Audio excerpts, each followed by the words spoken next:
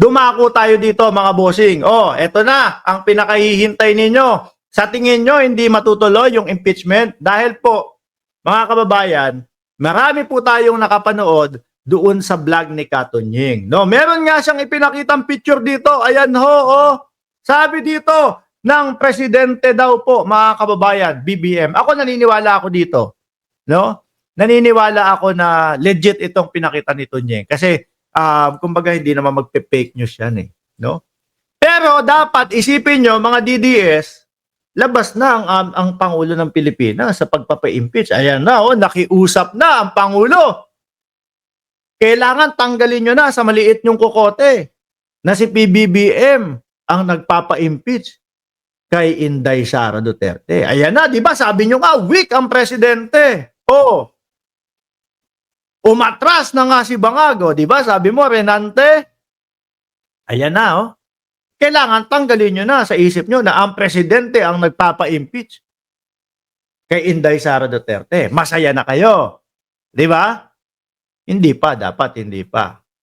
Sa tingin ninyo ba, papayag ang Kongreso na hindi ma-impeach si Inday Sara Duterte? Sa mga nakikita po, mga kababayan ng Kongreso, doon sa mga pagtatago, nasagutin ng Inday Sara Duterte at ng kanyang mga kasamahan about sa confidential funds. Tingin nyo, papayag yung Kongreso? Papayag yung mga young guns? Malamang sa malamang ho, mga bossing, hindi. No? Tingin nyo po ba papayag ang sambayanang Pilipino? Mga bossing? Pero dapat alisin nyo na ang presidente sa utak ninyo na siya ang nagpapa-impeach kay BP Sara. Kahit na gigil na si BP Sara, no? Tetegihin ko to si BBM, ipapategi ko to si BBM eh. Oh. Dapat wala na sa utak nyo yun. Kasi sabi nyo nga, duwag ang presidente. O, ayan na. Pero, doon sa sinabi niya na pagpapategi ng BP sa kanya kapag siya ay nategi din po, hindi aatrasan ni PBBM yun. Papalagan yun. Basahin natin to ha, mga kababayan. In the largest scheme of things, Sara is Sara is unimportant daw. Oy, grabe. Sa palawak na pananaw, Sara is unimportant daw, no? So please, wag nyo nang ubusin ang inyong panahon na mag-file pa ng impeachment complaint. Makaka-distract lang ito, no? Sa ating tunay na mga trabaho bilang tagapamahala sa gobyerno, which is to improve a lot of Filipinos, mga bossing. Yaan ha, kailangan una, alisin nyo na sa isip nyo na si PBBM ang nagpapa-impeach. Pangalawa, eto na nga, no? Ano sabi dito? Hindi papayag ang Congress. Kasi sinulat ko lahat, mga kababayan. Inanalisa ko mismo etong ano na to. Hindi papayag ang Congress niyan, mga boss, no? Yung sa Pangulo po, kumbaga, wag nyo nang ubusin ang oras nyo dyan. Wala namang kakwenta-kwentang bagay yan. O di ba? Wala namang kakwenta-kwentang bagay. Wala namang utak. Di ba? Mga kababayan, mas pumokus tayo doon mismo. No? Mas pumokus tayo doon mismo sa tunay na laban.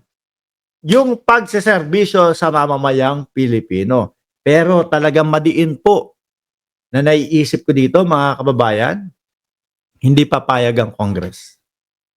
Hindi ho papayag ang Congress, mga bossing. Sabi pa dito, may sariling desisyon ang Pangulo. Ano po? Walang kwenta daw si Inday. Tapos, eto mabigat. Sabi ho, mga kababayan, no? Saglit lang. Ano daw balita sa 20 pesos na bigas?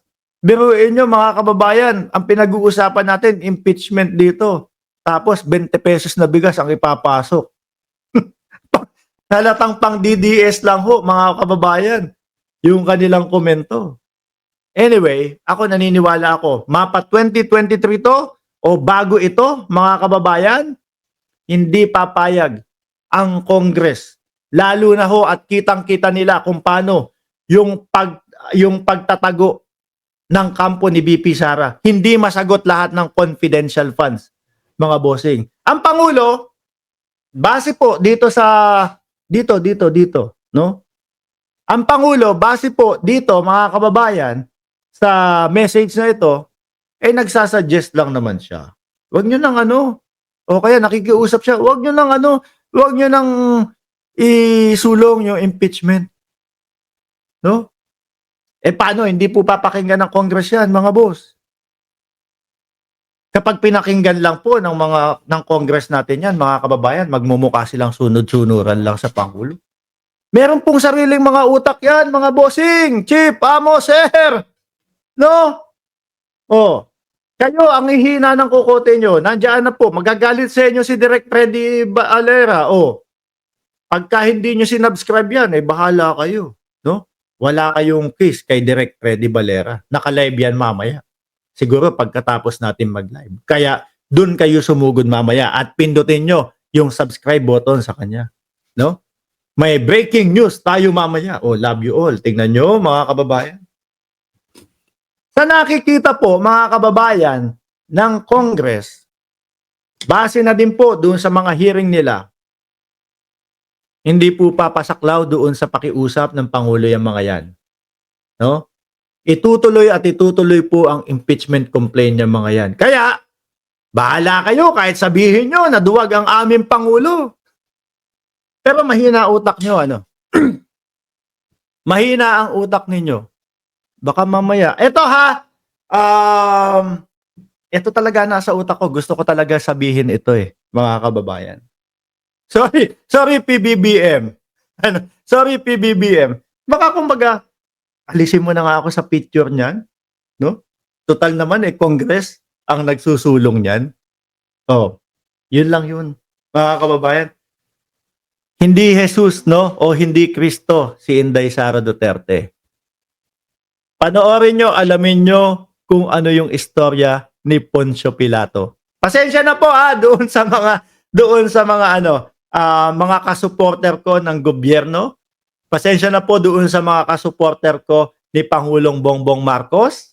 Pero yun po talaga yung nasa utak ko.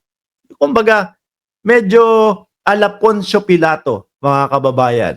Pero hindi Kristo si Inday Sara Duterte. Ganun lang po yun, no? At eto pa. Eto, mga boss. Yung susunod nating balita, yung susunod nating ipapalabas, mga bossing, no? Baka medyo makapagbigay sa inyo, no? Baka medyo makapagbigay sa inyo ng hint. Baka sa susunod, sabihin nyo, hala, bakit ganun? Pati Senado, pinapa-impeach na si Sara. Diyos ko, Lord. Ang ingay ko masyado. Kasi po, ganito talaga. Kapag walang nag-uutos, walang kahit masasabi namin kung ano yung gusto naming sabihin. Ako po, yan po yung analisasyon ko o yung pag-analyze ko sa sitwasyon. Tanggalin mo na ako dyan sa picture. Hayaan mo na sila. Ganun lang yun. At least, ang iniisip ng mga BOBO, ng mga DDS, duwag pala ang presidente ninyo. Pero ang katotohanan, kayo na mag-isip. Si Sara, di si Poncio, si Jezebel, asawa ni Haring Ahab. Sabi ni Lisa, kalmado lang si PBBM dahil yung mga naninira sa kanya ay hindi natutulog ang karma.